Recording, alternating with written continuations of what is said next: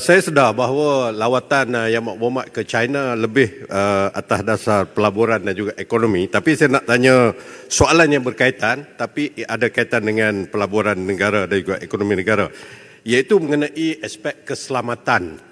Adakah Yang Berhormat dalam kesempatan kunjungan itu juga berbincang atau berbisik dengan pimpinan China mengenai keselamatan di rantau kita ini, terutamanya apabila kehadiran tentera laut China di Laut Cina Selatan yang akhir-akhir ini menjemput atau invite ke bimpangan beberapa negara besar termasuklah Australia, US dan UK, sehingga mereka membentuk satu pakatan baru atau fleet baru yang dinamakan AUKUS, Australia, UK dan US, dengan menyediakan nuclear powered submarine yang dikatakan kerana bimbang pengaruh China di rantau Indo-Pasifik ini.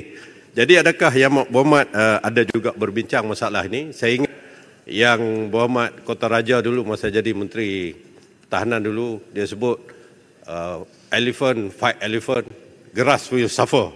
Kita ingat semua, kita takut ini kebimbangan atas pertahanan negara. Adakah Yang Berhormat berbincang aspek ini? Terima kasih banyak. Terima kasih, Perdana Menteri. Terima kasih, Krian. Itu Kota Baru, minta maaf. Di dua perkara. Pertamanya, cadangan AUKUS yang dikatakan nuclear powered submarine. Perdana Menteri Australia menghubungi saya melalui telefon dan menghantar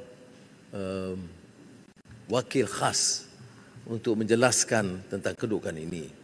Pendirian Malaysia dan ASEAN adalah tidak menyokong apa-apa usaha yang boleh meningkatkan ketegangan, terutama bidang ketenteraan. Malaysia dan ASEAN adalah zon yang bebas, yang tidak mahu perseteruan di antara kuasa besar menekat kita. Jadi sebab itu, bila diumumkan AUKUS, Malaysia menyatakan keresahan dan kebimbangan agar perkara ini tidak meledak sebagai sesuatu yang akan dianggap provokatif, yang akan menyebabkan negara China meningkatkan kegiatan mereka di rantau.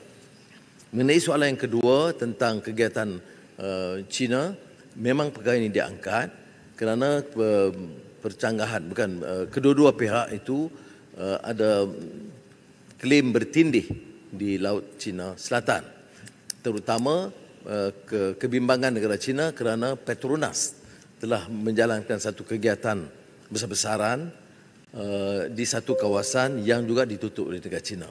Perkara ini saya sebut sendiri kepada Perdana Menteri Lee Chiang dan juga Presiden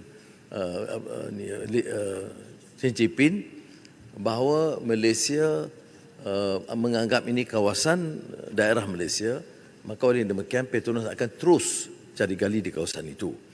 Walau bagaimanapun, kalau negara China merasakan ini hak mereka, kita boleh buka untuk rundingan. Tetapi sementara itu, usaha kita untuk cari gali akan kita teruskan. Saya tidak mahu mengelak daripada meneruskan rundingan kerana ini pendirian ASEAN. ASEAN merasakan semua tuntutan bertindih harus diselesai secara rundingan. Tapi setakat ini Malaysia bertegas bahawa ini adalah di kawasan atau wilayah Malaysia. Tentang kehadiran kapal dan sebagainya itu diterangkan oleh negara China, itu di perairan antarabangsa. Tetapi pihak Kementerian Luar akan terus memantau dan sekiranya ada pelanggaran akan mengeluarkan bantahan.